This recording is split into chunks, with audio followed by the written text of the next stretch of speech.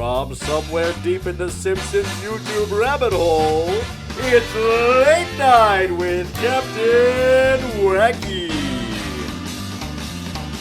I got a bad feeling about this. You just have to think about who you're hurting with this rampage. You know that feeling you get when 1,000 knives of fire are stabbing you in the heart? Hey, thanks for coming to the show. Hope you enjoyed that fabulous intro we put together. Now, of course, the voiceover for that was done by the very talented Vitali. And yes, I did get his name right on the first take. Not so hard to believe. You should have seen the second time I had to say it though. Came out as Vancouver. I don't know what that was about. But jokes aside, I do really appreciate him doing this, and he did a great job, felt right out of a Conan late night show. Now of course, you know how these shows go. So on to the video recording for tonight's show.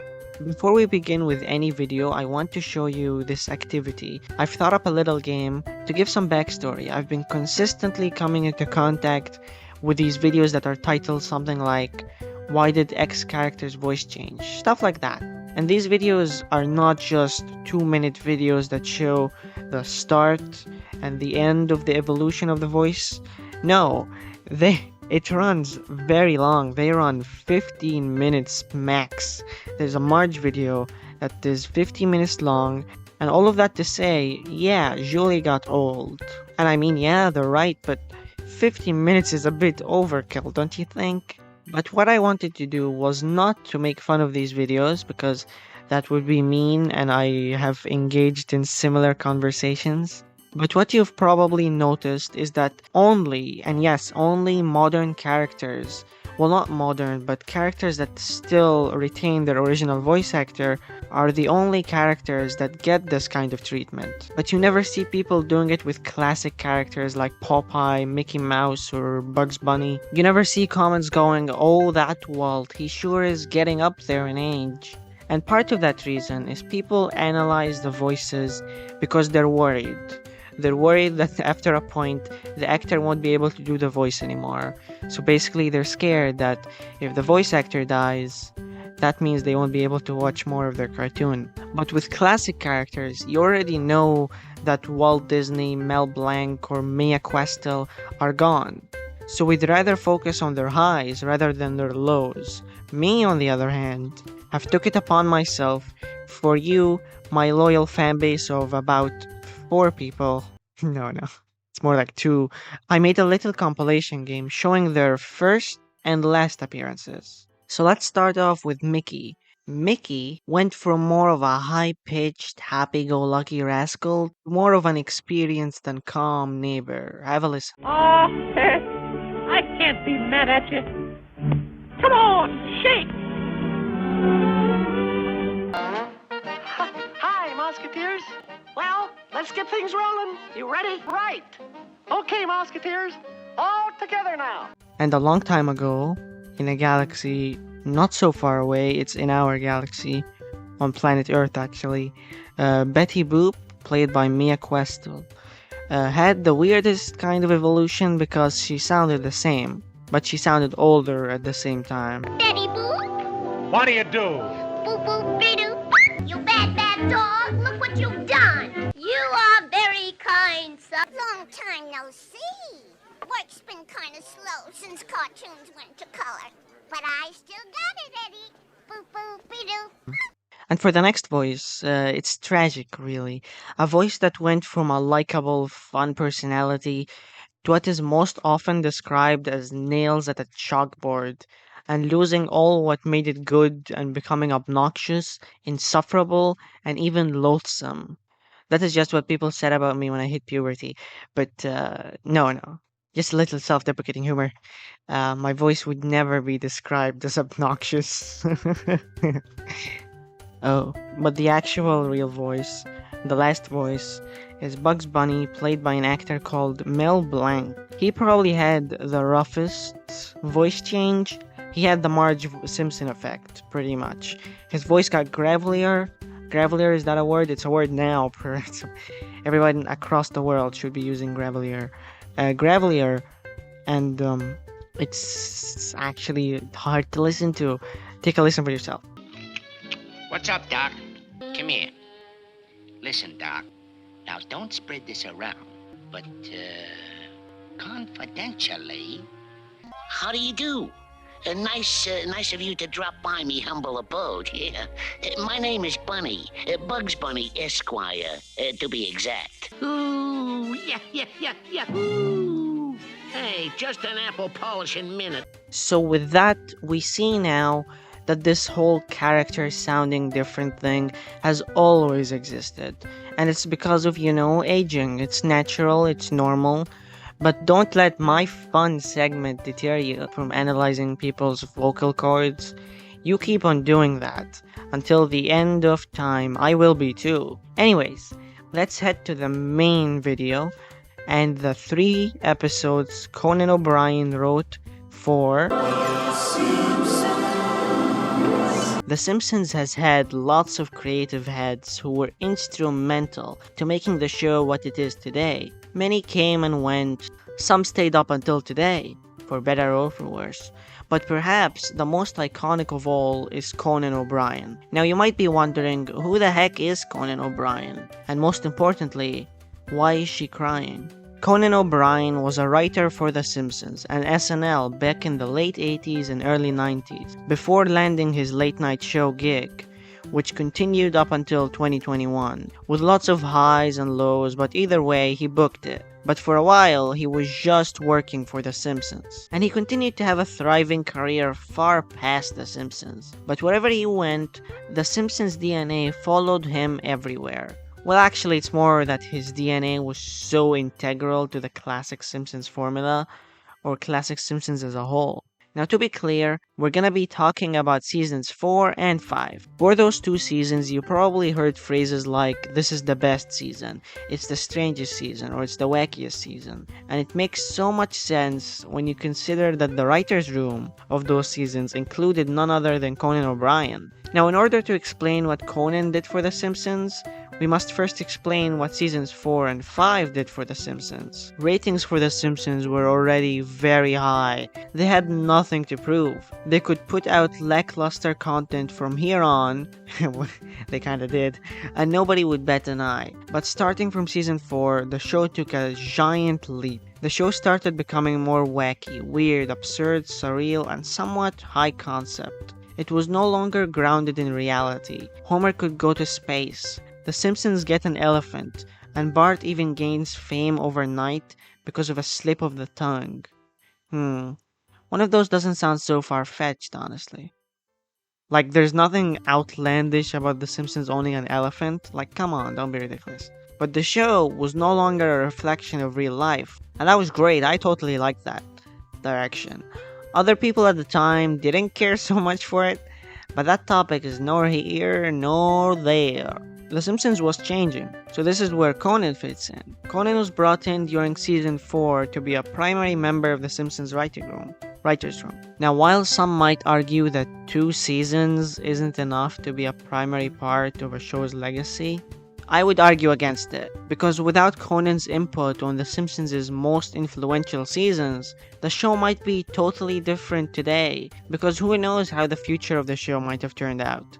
It might have been terrible, it might have been great. Either way, it was going to be quite different. Conan's writing style is absurd, surreal, which fit perfectly with the show's shift into surreal and absurd. It's like they conjured Conan into existence in a lab to change The Simpsons. Although I'm not really a fan of what they did 6 years after Conan left the show, with them bringing in Jay Leno to write season 11, and as we know, that was an infamous train wreck of a season. Now, I won't really be reviewing the episodes Conan wrote, at least not fully. I'll be extracting parts here and there to analyze how Conan's humor adapts to the episodes he writes, and how it differs or is similar to other writers. But, if you're desperate, and you want to watch a good video reviewing the Conan episodes, there's a great video out there by the YouTuber Johnny2Celos. Here it is on the screen. I haven't actually watched it, not because it's bad or anything, but because I want to keep my opinion purely unique.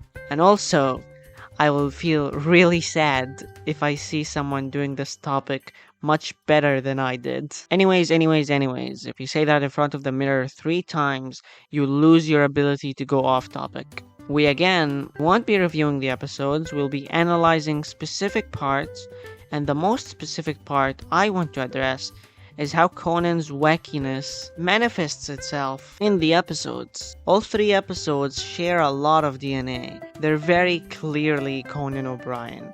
And part of that reason is because of the character Conan decides to focus on. Starting with the episode New Kid on the Block. The episode is obviously about Bart. It's about Bart liking his new neighbor and the awkwardness that comes with it. But the real highlight of the episode is the subplot.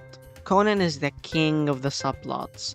2 of his 3 episodes have a livelier and more absurd subplot that you would actually think is the main plot. But the subplot basically is Homer at an all-you-can-eat restaurant, and he, as he tends to do in Conan's episodes, and even the regular episodes, he takes things to their absolute limit. He enters the restaurant and he just will not leave until he's had all he can eat.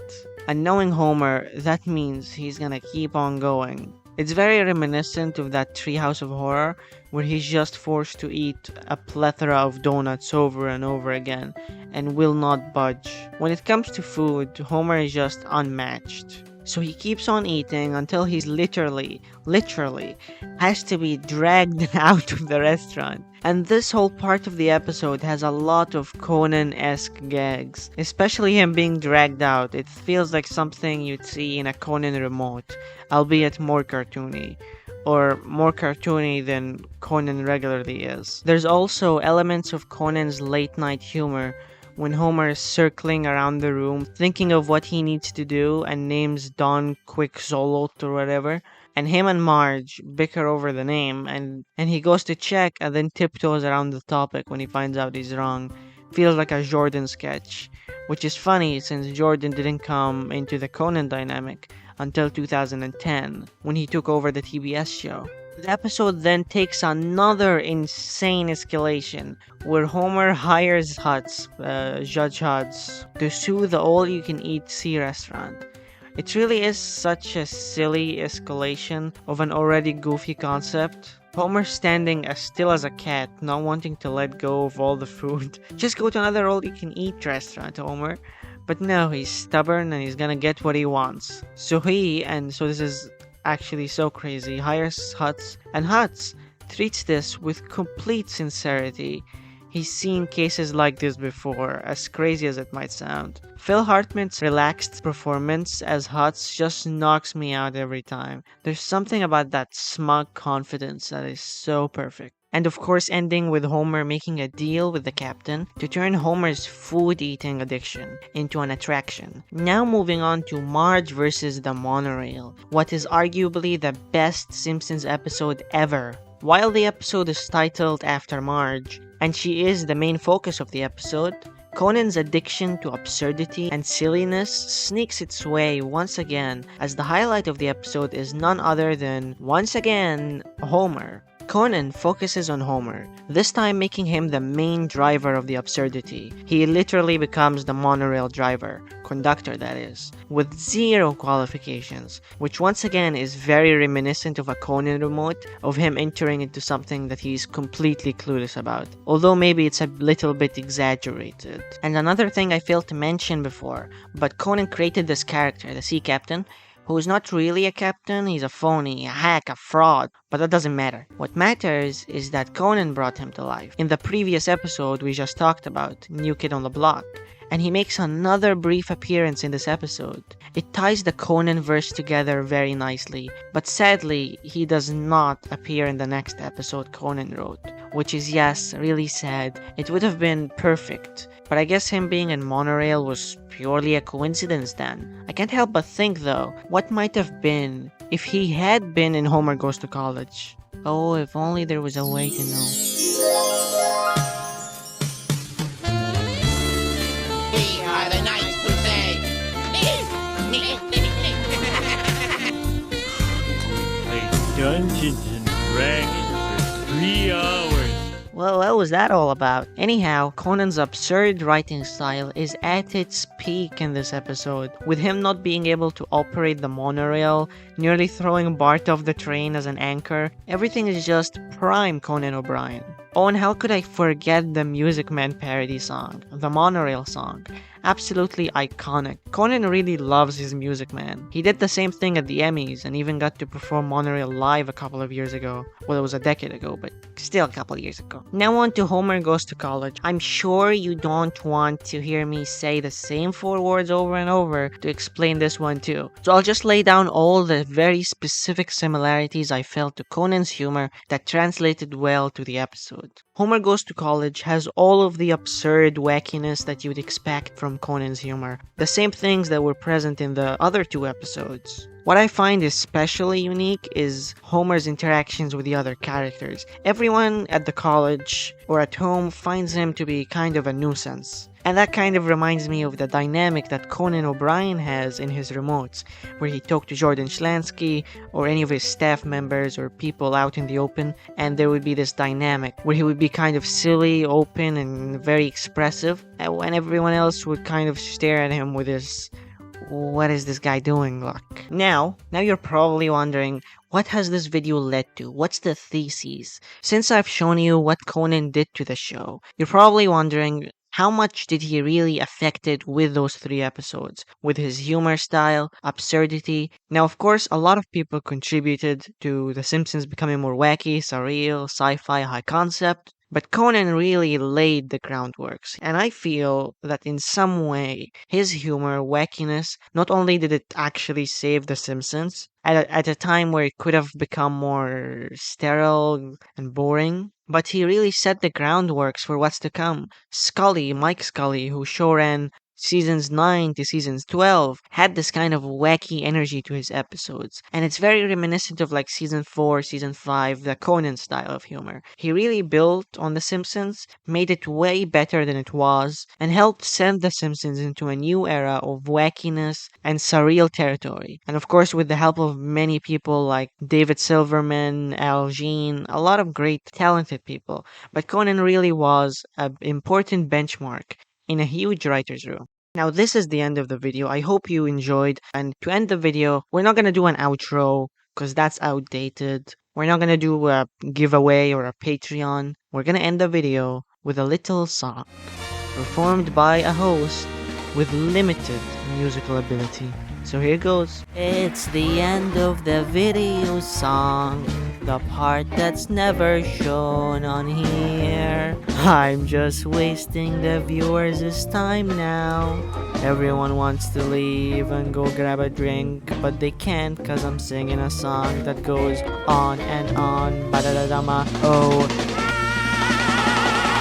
And that was awful. Sorry. Thanks for watching, and thanks so much for Vitaly for providing narration, and thank you for watching. This video took way too long to make. I procrastinate a lot. Yeah, this is the end of the video. We sang the end of the video song, and I'll see you hopefully next time on whatever video I can think up next. See you around.